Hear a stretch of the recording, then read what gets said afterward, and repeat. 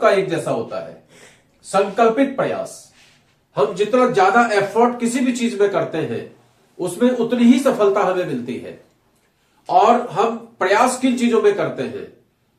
जिन चीजों के लिए हमने सोचा है कि हमें यह काम करना है। एग्जाम्पल के लिए हम लोग डायरेक्ट सेलिंग में हैं, तो डायरेक्ट सेलिंग का मूलभूत सिद्धांत क्या कहता है? डायरेक्ट सेलिंग का मूलभूत सिद्धांत कहता है कि आप सबसे पहले यूजर बनिए। तो ये तो कोई बड़ी बात नहीं है, हर व्यक्ति यूजर बन जाएगा, भाई सामान कहीं कहीं से लाता ही है, यहां से लेना स्टार्ट कर देगा, ये कोई बड़ी बात नहीं है। इसके लिए किसी सर्व को हटाने की जरूरत नहीं है। लेकिन इसके बाद जो दूसरा पॉइंट आता है वो है प्रमोशन। और ये प्रमोशन हम कब करेंगे? जब मेरे अंदर सर्व नहीं होगी। सर्व जब हम हटा देंगे अपने आप पास से, अपने ईगो को अपने से किनारे करेंगे, जब हम किसी को भी बोल सकते हैं, उसकी बेइज्जती को झेल सकते हैं, उसके रिजेक्शन को झेल सकते हैं, ये क्षमता अपने अंदर विकसित हो जाए, तब उस कंडीशन में हम अपने प्रोडक्ट का, अपने सिस्टम का, अपने कॉन्सेप्ट का प्रमोशन कर सकते हैं। अगर मेरे अंदर ये सर्व होगी कि हाय हम कैसे बोलेंगे, हाय हम कैसे लोगों को समझाएंगे, अरे हम कैसे लोगों के सामने प्रेजेंट करेंगे, अरे हमें तो ढंग का बोलना ही नहीं आता है, अरे वो व्यक्ति क्या सोचेगा मेरे बारे में, चंद्रा साहब ये भी करने लगे। तो ये अगर हमारे अंदर में झिझक होगी, ये अगर हेजिटेशन होगा, ये अगर हमारे अंदर शर्म होगी, तो हम इस बिजनेस को नहीं कर सकते। इस बिजनेस में कैनोपी लगाना सिखाया जाता है। कैनोपी लगाया जाता है किसी भी मार्केट में या किसी सार्वजनिक प्लेस पे एक तंबू टाइप का टांग दिया जाता है, वहां पर टेबल कुर्सी प्रोडक्ट आपका रहता है और लोग आते जाते रहते हैं और उनसे अपनी बात कहने का है। That is called canopy, canopy activity. और ये इस सेक्टर में सिखाया जाता है। क्यों? जिससे कि आपको अनजान लोगों से बात करने की आदत पड़े, अनजान लोगों को आप अपनी बात कह सकें। हमें याद है हम लोग देवघर गए थे, वहां पर देवघर रेलवे स्टेशन पे उस समय हम लोग के पास करीब करीब 15-17 हजार का प्रोडक्ट था और हम लोग आसाम जा रहे थे, कामाख्या गुवाहाटी। ट्रेन 4 घंटे लेट थी और हम लोग देवघर स्टेशन करीब 2 बजे पहुंच गए थे। ट्रेन थी 7 बजे में, तो 5 घंटे का जो समय था उसमें मैडम ने कहा कि ऐसा करते हैं कि यहां पर उस समय कांवड़ वाला समय चल रहा था, तो बहुत सारे कांवड़िए अपने अपने गंतव्य तक जाने के लिए ट्रेन पकड़ने के लिए आ रहे थे। तो मैडम ने कहा कि सभी को श्री तुलसी की जरूरत होगी, सभी को एलोडाइजस की जरूरत होगी, सभी को पेन अवे ऑयल की जरूरत होगी। कांवड़ वाले लोग जो चलते हैं बहुत ज्यादा, उसके बाद उनके पैर फट जाते हैं, एलो क्रीम की जरूरत होगी, पैरों में भयंकर दर्द होता है, पेन अवे ऑयल और पेन अवे क्रीम की जरूरत होगी। तो क्यों ना हमारे पास जो प्रोडक्ट रखा है वो हम लोग यहां पर लगाएं और 5 घंटे के समय का यूटिलाइज करें।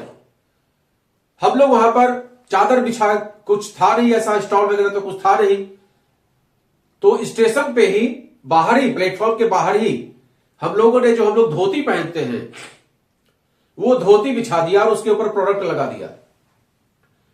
अब धीमे धीमे लोग आने लगे, 1, 2, 4, 6, 10, और वो फोटो इतना वायरल हुआ, वो वीडियो इतना वायरल हुआ कि जिसकी कोई सीमा नहीं है, और आज तक उतना अच्छा कोई भी वायरल नहीं हुआ।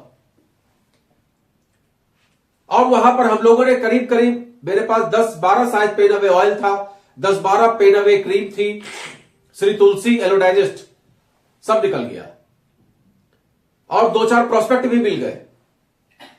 लेकिन जो सबसे इंपॉर्टेंट चीज है, अगर हम उस बैग में भरे होते और सर्व करते रहते कि यहां पर लोग क्या सोचेंगे मेरे बारे में, तो हम वो एक्टिविटी नहीं कर पाते। और उस एक्टिविटी की वजह से हमें जो लोग मिले, जो पब्लिसिटी मिली, न वो लोग मिलते न वो पब्लिसिटी मिलती। तो प्रोडक्ट सेल अगर आप सेकेंडरी प्रोडक्ट दीजिए तो आपको जो लोग मिलते हैं वो बड़ा इंपॉर्टेंट होता है। इस सेक्टर में जब आप 100 लोगों को अपनी बात कहते हैं तब जाके 40 लोग आपकी बात सुनते हैं। जब 100 लोगों को अपनी बात आप कहते हैं तो 40 लोग आपकी बात सुनते हैं, उसमें से 10 लोग आपका प्लान देखते हैं।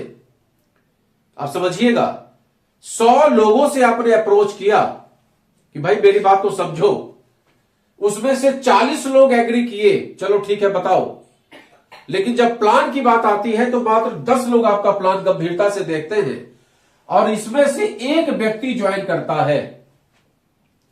लेकिन इसी तरीके से जब हम प्रयास करते रहते हैं और ये एक एक व्यक्ति करके हमें मिलता जाता है तो ये 1 + 1 2 नहीं होता, ये 11 हो जाता है। 1 और 1 2 नहीं होता, यहां पर 11 हो जाता है। ये इतना बेहतरीन सिस्टम है। एक व्यक्ति भी ढंग का आपको मिल गया तो आपको कहां से कहां पहुंचा देगा, इसके विषय में आप सोच भी नहीं सकते हैं। लेकिन ये सब तभी संभव है जब हम 100 लोगों से अप्रोच कर सकें, और हमें 10 लोग चाहिए तो कम से कम 1000 लोगों को अप्रोच कर सकें। अब मेरे अंदर तो शर्म घुसी पड़ी है, हम तो अपनी बात किसी से कह ही नहीं सकते हैं। हम किसी के घर जाएंगे तो भी आईएमसी की चर्चा नहीं करेंगे, डायरेक्ट सेलिंग की चर्चा नहीं करेंगे, तुलसी का डेमो नहीं देंगे, प्लान नहीं देंगे, कोई मेरे घर पे आ गया तो भी नहीं देंगे कि लोग क्या कहेंगे। तो उस अवस्था में आप इस काम को नहीं कर सकते। तो इस सेक्टर के लिए सबसे पहले आपको शर्म को किनारे करना पड़ेगा। शर्म अगर आप करते रहेंगे तो आप इस सेक्टर में सफल नहीं हो सकते, बल्कि किसी भी मार्केटिंग लाइन में आप सफल नहीं हो सकते अगर आप शर्म को अपने ऊपर हावी होने देंगे। तो सबसे पहला उसूल, चाहे नेता हो, चाहे कोई भी किसी सेक्टर का व्यक्ति जो मार्केटिंग का काम करता है, अपने आप को प्रेजेंट करता है, उसको शर्म को हटाना पड़ेगा। तो अगर ये वीडियो अच्छा लगे तो आप लोगों को शेयर जरूर करिएगा।